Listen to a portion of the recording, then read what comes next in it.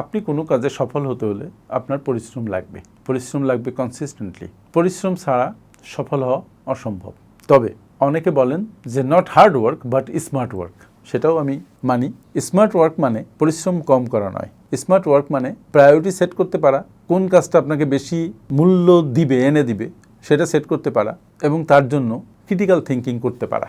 অনেকে smart work হয়তো করতে পারে না, কিন্তু হার্ড ওয়ার্ক করতে পারে। যে কনসিস্টেন্টলি হার্ড ওয়ার্ক করতে পারে, আমি একটা কথা বলি, সেটা হচ্ছে যে সে সফল হবেই, তাই যদি সেটা দেরিতেও হয়। পরিশ্রমের বিকল্প আসলে নেই।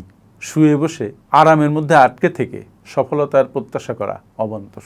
তাই স্মার্ট ওয়ার্ক করতে হলেও পরিশ্রম লাগবে, হার্ড ওয়ার্ক করতে হলেও তো পরিশ্রম লাগবেই। পরিশ্রমের বিকল্প আসলেই নেই।